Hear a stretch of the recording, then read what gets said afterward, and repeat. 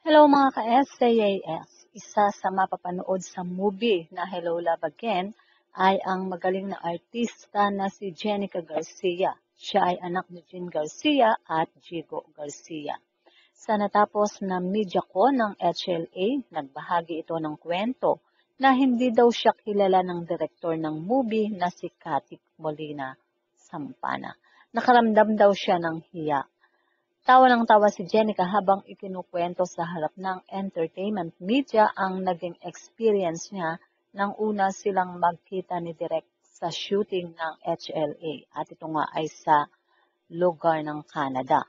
Aminado si Jenica na matinding kaba at pressure ang naramdaman niya nang malamang makakasama siya sa part 2 ng blockbuster hit movie ng Kat Den na Hello Love Again.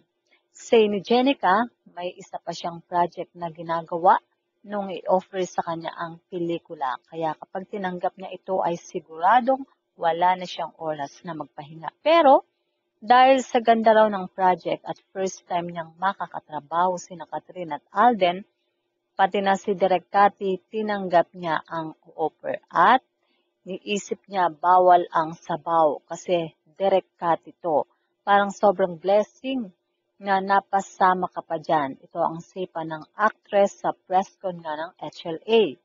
Talagang inipon daw ni Jenica ang lahat ng lakas ng loob sa unang pagkikita nila ng blockbuster director para mawala ang matinding hiya na nararamdaman niya. Sipa niya sa sarili, hindi naman daw siguro papayag ang direktor na mapasama siya sa cast kung hindi ito maniniwala sa kanyang kakayahan bilang aktres. Ang unang linya sa akin ni Direk Cathy, anak, pasensya ka na, hindi kasi kita kilala. O, say ni Jenica sabay tawa. Sabi raw niya, nung mga oras na yun, uuwi na ako sa Pilipinas. Paano matanggal yung hiya ko nito? Pero nang lumaon ay nawala rin ang kaba at hiya ng aktres. Yung presence of mind mo dapat talaga nandoon kasi mabilis kapag may ibinigay na instruction, makinig ka talaga.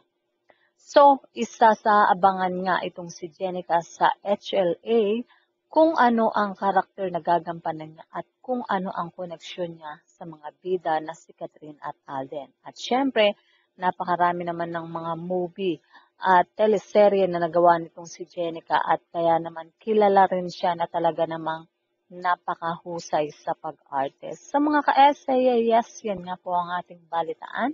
At kung inyong naibigan, put your comment down below. At syempre, huwag kakalimutang mag-like, share, and subscribe.